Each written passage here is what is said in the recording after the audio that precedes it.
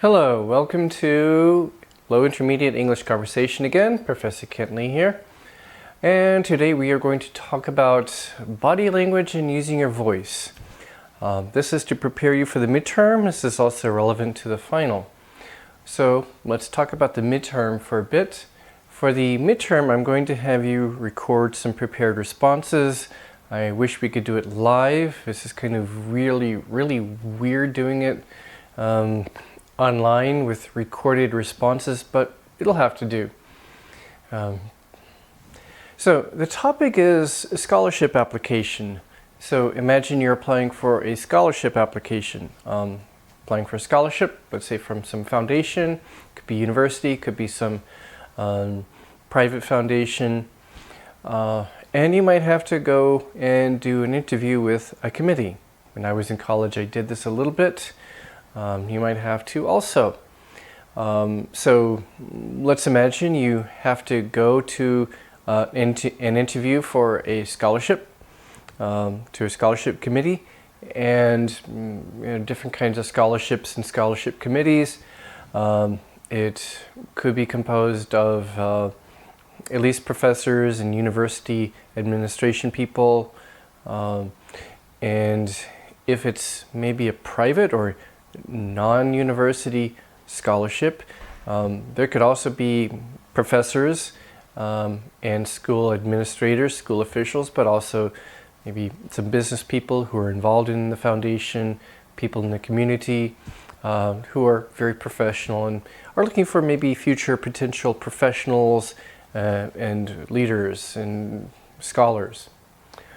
So we're going to kind of break this up into three different scholarship categories. There are three general kinds of scholarship types, and you can choose one, and you can imagine you're applying for one of these scholarship types. The first kind is a merit scholarship that's based on merit, achievement, success. You can imagine this is you're applying for a senior year or fourth year scholarship. You can imagine that you're a third year student and you're applying for a senior scholarship. And so you can imagine you've got some successes, some academic successes so far that you can talk about. And it's not just grades and scores, but it's also about things like your intellectual growth, your academic growth, projects that you've done, and your future potential. Your future potential maybe in further academic studies, or as a professional, or as a leader in the community, as a business person, or something like that.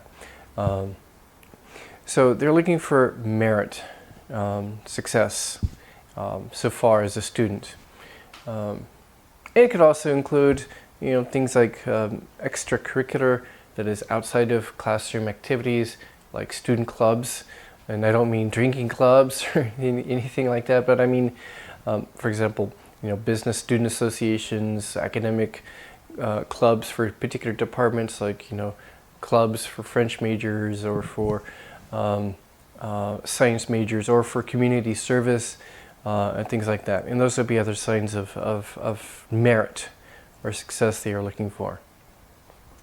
Another kind is a need-based scholarship, financial need.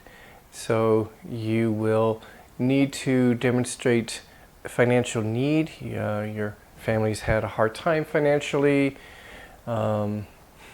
One student one year did this example. He said that his parents are farmers and they had suffered great losses because of the bird flu, the avian flu.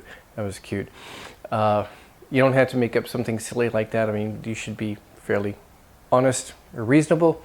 Now, in addition to financial problems, that's legitimate, but then, of course, there are probably lots of other students in similar situations. Students from poor families, or families who've had hard times. So in addition to that, you will also need to show them, you need to kind of distinguish yourself from others who are applying for a financial needs scholarship by showing that you have academic potential or potential for success once you leave college. because they don't have enough money to give to everybody who's in need, but they will probably prefer to give it to somebody who can also show academic potential or academic merit. A third kind that's kind of similar to the first one is it's kind of a special type of a merit scholarship. That's an academic improvement scholarship.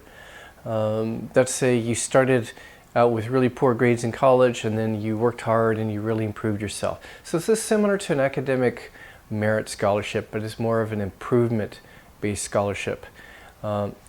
So based on academic improvement, you've really improved over the past few years in college. And again, you will also need to distinguish yourself by showing that you have potential for future success somehow, or some particular unique academic progress and achievements in, say, the past year. So you've got your merit-based, your need-based, and your improvement-based scholarships. So you can imagine you're going to a scholarship committee and you're going to be asked some questions. One might be a general question, tell us about yourself or something like that, kind of a starter question, an icebreaker question. And this is not like, oh, I was born in about 18 years ago. No, not a biography, but who you are as a student, as a person, kind of an outline or a summary of your strengths as a person, and basically a summary of why you are applying for the scholarship and why you think you deserve it. Then they will ask you more specific questions. Why are you interested in this? What are you going to do with this? What are your future plans? What kind of job can you get in the future? Or maybe what's your potential for graduate school, or in Britain they call it postgraduate studies, where you go for a master's, a saksa, or PhD, paksa. What's your future potential as a scholar or as a professional person working in a professional field or in a company or something like that. So you are going to need to think about how you're going to answer those questions. Basically questions about why you think you deserve the scholarship. And that is basically what you're going to do for the midterm. I'll give you some questions to answer, and you're going to record yourself answering those questions. I'll let you pick which type of scholarship you want to apply for, and I will also put some a little bit more information on my class website for you to look at too. And after the midterm, you're going to kind of write up like a personal statement, as if you're also writing a personal statement for a scholarship application. So the midterm interview, the scholarship interview, will kind of help you to think about and write that. So the midterm interview is an important grade, and then that kind of personal statement later will be an important grade. And the final exam in this class will be another kind of interview type task, but it will be different, not a scholarship interview, but it will be something different. So, if you have any questions, post your questions about this on the website, and I will actually try to post the actual midterm assignment and contents, hopefully in the coming week. Alright, so for today, let's talk about something that's kind of relevant to doing interviews. Not only for this class, but real interviews you will have to do later in life. And that's things like body language and use of your voice, how you use your voice. And I will admit I don't have the strongest voice, and several reasons for that are one, the heavy teaching load that I've had, especially at my previous job, at my previous university. I had a really heavy teaching load. It was not good for my voice. Another reason is about 10 or 11 years ago I had bronchitis, 기관지염 bronchitis. That was not good for me. And I haven't had time to exercise, especially since recently I moved from Seoul to here, to Busan, and started a new job kind of after the start of the semester. It's been really crazy for me. I haven't had time to do my exercise. So I haven't exercised, and so I'm really, really weak and out of shape. But anyway, those are my excuses. How about you? How's your voice? How's your body language? We'll start with the body language and gestures first. So think about good public speakers you've listened to and watched, and good teachers, good professors, and think about the ones who are not so good. And what is different in the way they use their body language and their gestures? What are some types of body language that are good when you see a public speaker or a professor or a teacher using body language, their body and their arms and legs and hands? What are some things that work well? What are things that good ones do, and what are some things that the bad ones do? What are some examples of poor body language or gestures and poor use of the body? I want you to pause the video and discuss this for a while. What are examples of good and bad body language and gestures? So pause the video and talk about this.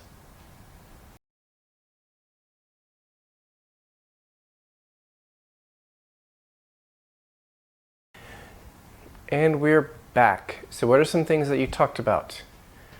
Okay, let's start with the general use of the body. You may notice that good public speakers generally have their body open, and they are not closing themselves off. And I want you to think, can you do this? Imagine you're up on stage in front of a group of people. What are you going to do with your body? Are you nervous? Are you scared? What are you going to do? You're probably going to close your body off somehow.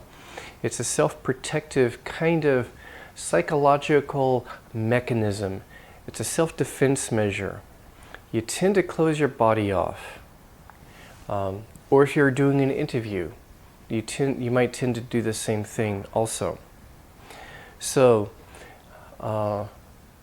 when a speaker keeps, his or her body open, notice my arms are open like this, and it kind of indicates readiness. I'm ready to do what I'm going to talk about. I'm ready to do what I'm going to do. I'm ready to say what I have to say. I'm ready, and I'm just using moderate gestures with my arms.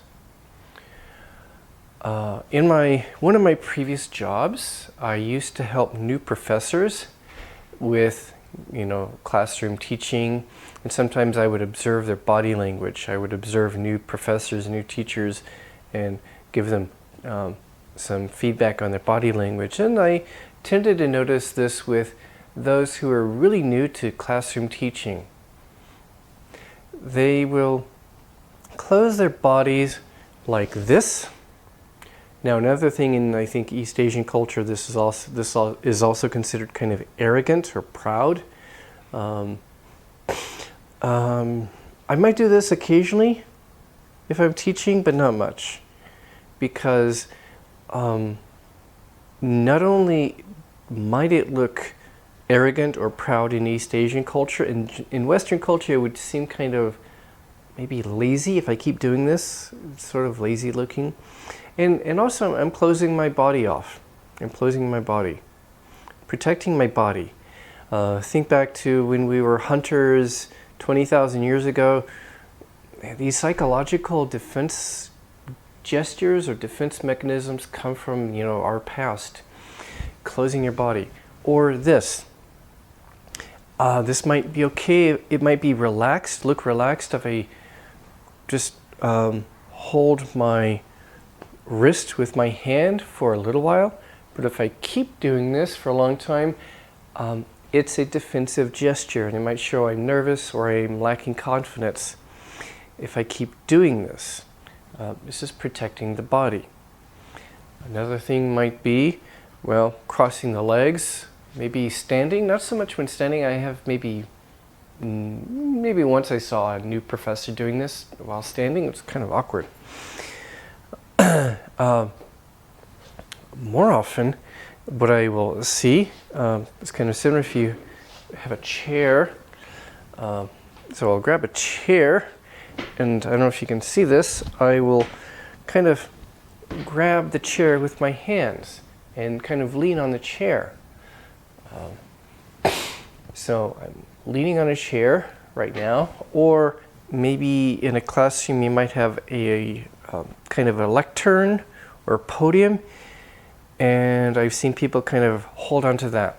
If I just casually rest on the chair for a second, okay, but if I keep holding on to a chair, it indicates nervousness, because I'm actually hiding behind the chair. I'm trying to hide behind the chair, and that means I'm trying to, it's like I'm defending myself from a perceived attack, like the audience I'm viewing as hostile or unfriendly. Kind of similar if I'm holding my hands behind my back for a long time like this. Why did we do that 20,000 years ago? It's because I might have a weapon in my hand. I'm hiding a weapon. But it's also, so for that reason, it's also kind of defensive. Again, not so much if I do it for a few seconds, but if I keep doing this while I'm talking. If I keep swaying back and forth like this, rocking back and forth, that's not good. Either you need to see a doctor about a problem with your balance, or you're nervous or you lack confidence and you're kind of swaying, rocking back and forth, and your audience will not feel comfortable.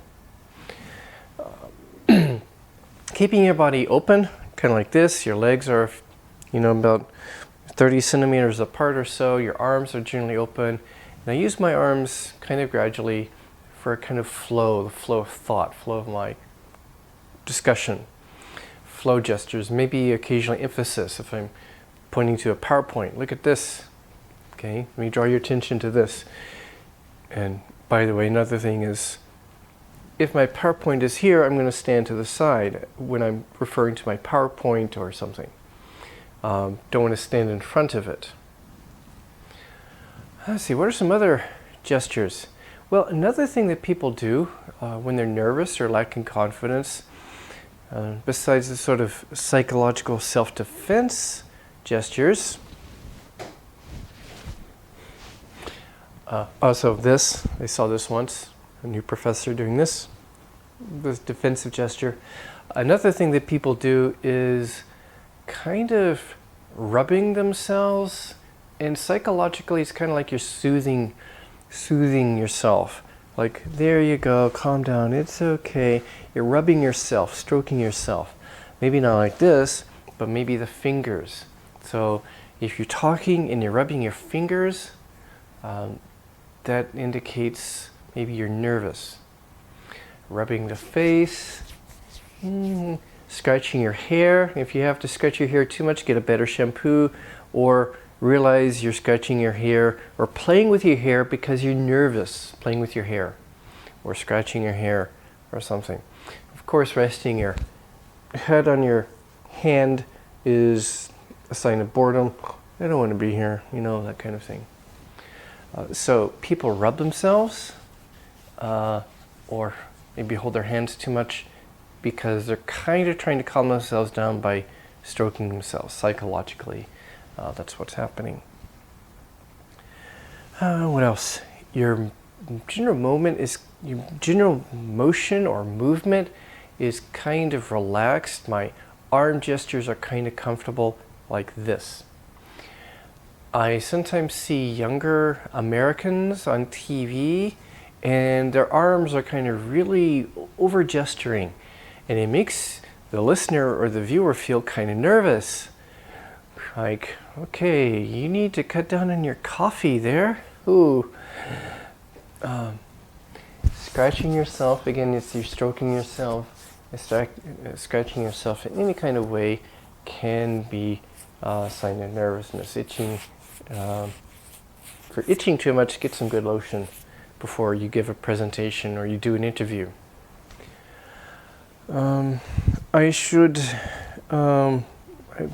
This is going to be hard to do just on video.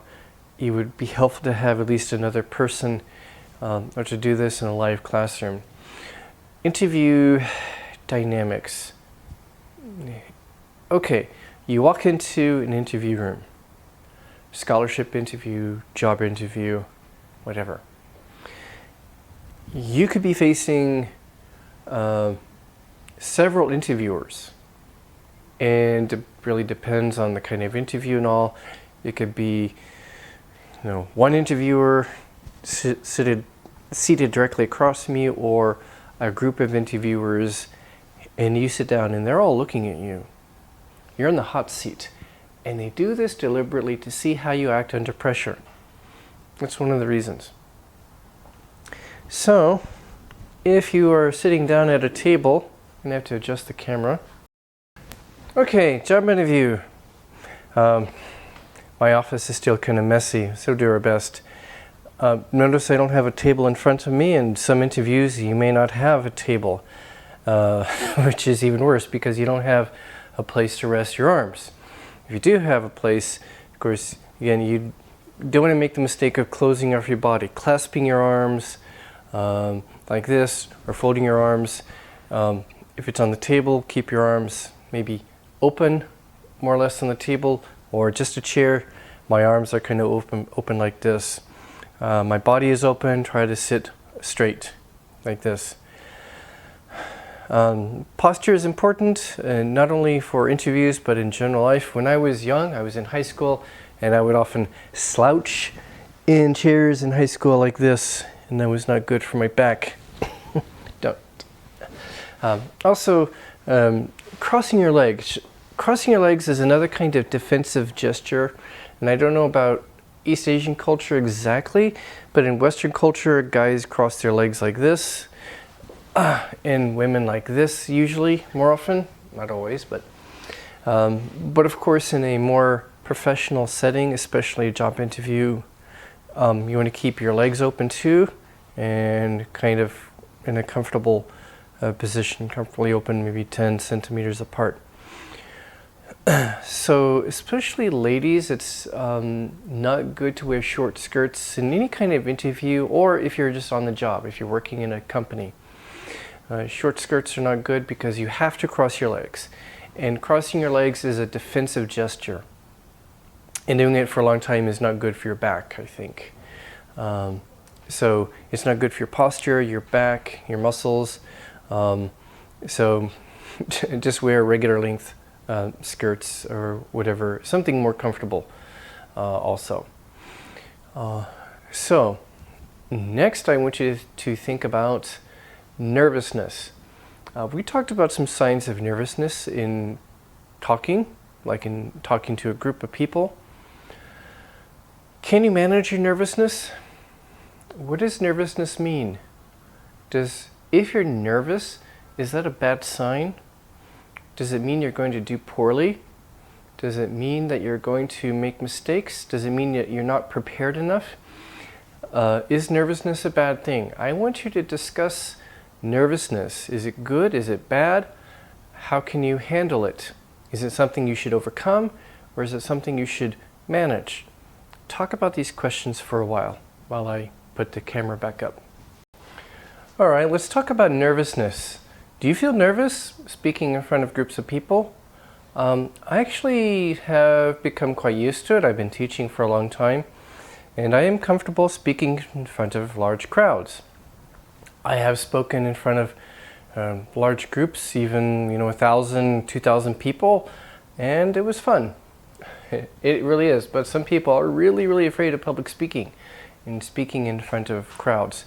First of all, it takes practice. Get some practice maybe from being in a school club where you can practice speaking in an informal situation in front of people, kind of a less threatening environment. Join some kind of a public speaking club especially, or organization. Even outside of the school, find some organization where you can do public speaking, because you will have to do this someday on the job. Whether you go into further academic work or into a company job, industry, whatever, you will have to do public speaking probably. At least, staff meetings or company meetings, office meetings, where you have to do public speaking. So, what is nervousness? Is it a bad thing? A lot of people misunderstand nervousness and they think it's a bad thing. It isn't. It's just your brain's response to an important situation. It's a natural psychological response. It is a totally natural psychological response. The mind is recognizing, oh, something important is happening, and the brain is giving you extra energy, extra attention, extra focus, and extra energy in the form of nervous energy. And that's energy that you actually need. And good speakers, people who are good at public speaking, have learned to use that nervous energy for their advantage. Because you need energy to focus mentally on what you're talking about. You have to focus a lot on the contents of what you're talking about. That takes a lot of mental energy. You physically had to focus, for example, on using your voice. A voice use. It takes a lot of energy to use your voice, especially to speak loud enough so that people can hear you. That takes a lot of energy. So the energy and the focus come from your mental nervous energy. But it takes practice and it takes time to learn how to draw from that nervous energy in order to speak more effectively.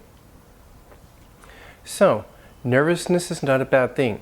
To some degree, you can practice public speaking. You can learn to manage your nervous gestures. You can be aware of what your body is doing and, okay, I shouldn't scratch myself, or I shouldn't rub myself, or I shouldn't close my body off. Watch good public speakers like on TED.com, TED Talks, for example, and look at what they do with their body and how they manage their nervousness. And by the way, once in a while you can see a speaker on TED.com maybe just doing like that for a second, nervous gesture. Good speakers, they're nervous too, but they are just very good at channeling, directing their nervous energy into their speaking. If you're too nervous, it means you're too worried about what people think about you. And you probably need to, one, focus more on your contents, focus on what you're talking about, focus on that more than the people. Of course, you should look at the people. Another nervous gesture, type of nervous gesture, is avoiding eye contact with the audience. I'm so nervous, I don't want to look at them, I'm scared. Okay. So yeah, you're scared and you don't want to look at the audience, but practice looking at the audience, different parts of the audience, different parts of the room. Keep eye contact with the audience. If you're using a PowerPoint, don't just talk to your PowerPoint. That's boring. It's boring if people are watching you talking to your PowerPoint. That's boring. Yeah, don't do that. But out of nervousness, some people do that.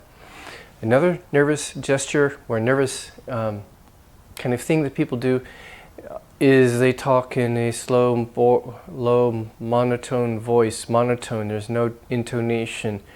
Or they talk really fast because they, I got all this stuff to talk about. They talk really fast, or they talk really flat monotone style.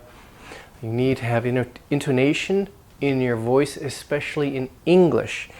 Intonation is an important part of English, and you need that intonation in English. And that takes energy, which you take from your nervous energy. So, again, if you are too nervous, it means you're probably too focused on what other people think of you, and you need to focus more on what you're saying, what you're talking about. Focus less on the people and focus more on your contents. But most of all, practice. It takes practice. Doing class presentations, maybe in student clubs, maybe in some kind of a speech organization, a public speaking club. There are some like Toastmasters, that's a public speaking club. Outside of the university, kind of mainly kind of a hobby for some people working in companies and business. They want to improve their speaking skills, public speaking skills, so they join a club like Toastmasters to practice their public speaking. Practice is really essential. So it takes probably years of practice in order to get more comfortable speaking. So what do you do when you have an interview or you have a class presentation? Well, practice again is the best thing. Probably practice multiple times. Practice not only mentally, practice mentally in your head, mentally practice what you're going to say and practice answering questions, and then do actual practice sessions, maybe with yourself or with some friends, but practice multiple times. Practice maybe each time focus on something different.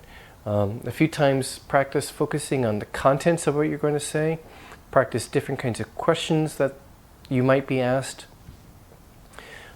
Practice your pronunciation and your vocabulary.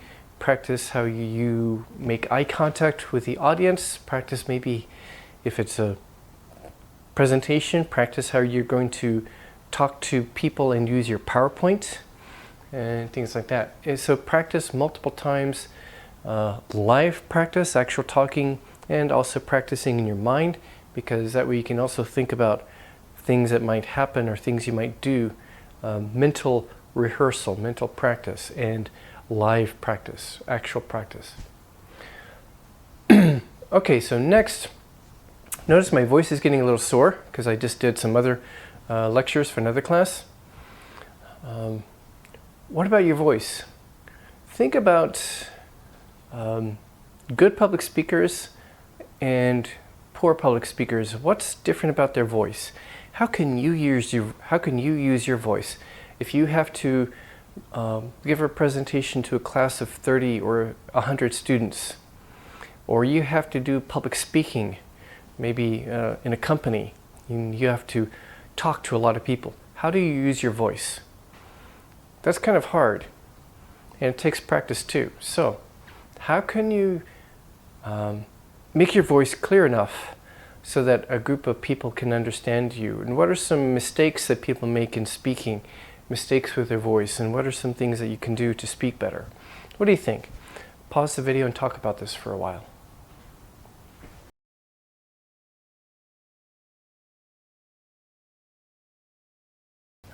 Okay, if this were a live classroom, I think there's more that I could show or do or have you practice with using your voice.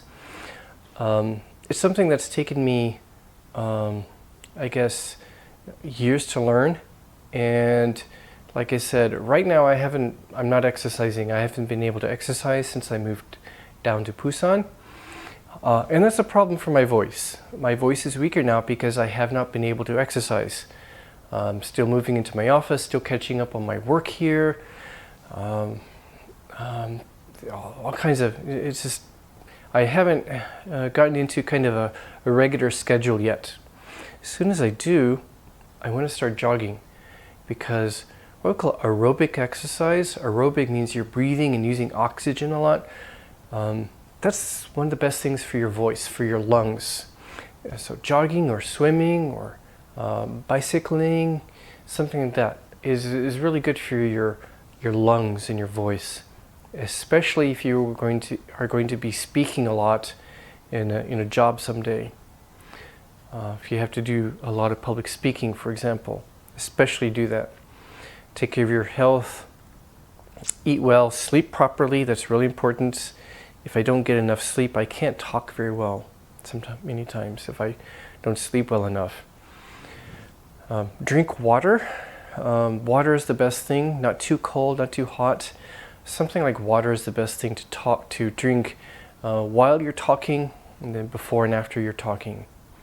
Not sodas, not coffee. I mean, I love coffee, but I try to make sure that I have at least a couple of hours between my morning coffee and when I start lecturing or recording my voice, because the coffee or caffeine is not good for the vocal cords here. Makes them feel kind of dry them out. So water is good, or something like that. Nothing sugary or sweet, just something like water, or a tea that's not sweet, not too cold, not too hot. What else is good for your voice? Well, two common problems. You would think that maybe big guys have easy to hear voices. Not always. Especially guys who even have really good lungs and they can make their voice loud enough, Another problem, especially in English, is intonation.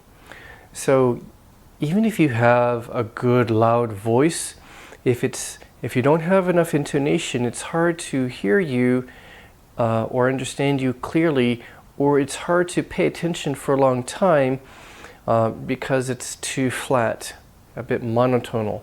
So even guys with really strong voices, if your voice is especially if your voice is lower, you need more intonation range. You need to improve the range of your intonation. So you need to practice, maybe for a talk or an interview, practice by increasing your intonation range, especially the highs, more highs and lows in your intonation, so that it is more interesting to listen to you. So focus on the intonation range. And then for some people who have, if you're like me, you're not able to exercise, some people just don't have strong lungs anyway, or some people have kind of small bodies and they don't have very big lungs. This is also a challenge. You need to project your voice to the back of the room so that everyone can hear you. And so you have to use the muscles down here. So the muscles here under your lungs are called the diaphragm muscles. You need to use those. So what I do when I'm talking, when I'm lecturing, is I'm trying to tense my stomach muscles. And when I remember to do that, when I consciously tense my stomach muscles, the diaphragms are pushing air from the lungs. Years ago, first when I started teaching, then again later when I had bronchitis, 기관지염, I had to relearn this. I was using my throat too much. If you're trying to use your throat and projecting your voice from your throat, you're going to strain your vocal cords. You're going to strain your voice, your throat. You're putting too much stress on the vocal cords, and your voice will go bad. And I've experienced this a couple of times in my life. Again, when I first started teaching, and I had a lot of classes to teach every week, and then again when I had a bronchitis. So I have to learn to tense my stomach muscles, and the energy should come from down here. The pressure of the energy should come from down here, not here. Don't use your throat too much. Use your muscles here to project your voice, to give your voice volume and energy. That combined with learning to use your nervous energy can help you to speak better when you do public speaking or when you do interviews, like your midterm exam. So for the midterm, I want you to practice this, practice your answers, and then do this when you record yourselves, when you record your responses to the interview questions. If you have other particular questions about gestures, about using the voice, you can post them in the LMS under the announcement or assignment page. Just one final note. Again, exercise is really the best thing for a good voice. If you have friends who are singers, they can probably show you some exercises that singers use to strengthen their voice. One I saw in a video is like this. This looks kind of silly, but it's kind of helpful for training. You can't do it too much every day, but a little bit. Kind of breathe in, and then you breathe out as slowly as you can.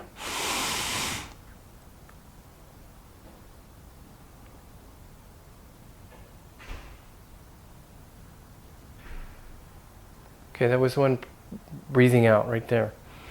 That's a little little exercise you can do for these muscles. Then I'm going to do the same thing, and I'm going to slowly vocalize or voice an ah sound.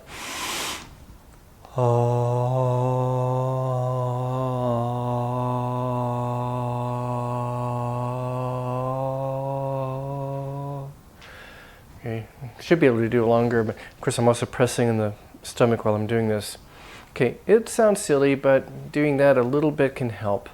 Also legless, you lie on the ground, on the floor, flat on your back, and then you lift up your legs. You probably know what I'm talking about, leg lifts. It's also good for the stomach muscles. Exercises like that can be good for your stomach, for your lungs, and for your voice. So, I hope I can start exercising soon, as soon as I get my schedule in order. Okay, next we are going to start preparing more for the midterm, which is coming in early May. We'll do this and some related things. So I guess that's it for now. Again, post your questions in the LMS, and I will see you later, or actually you will see me later. Until then, bye.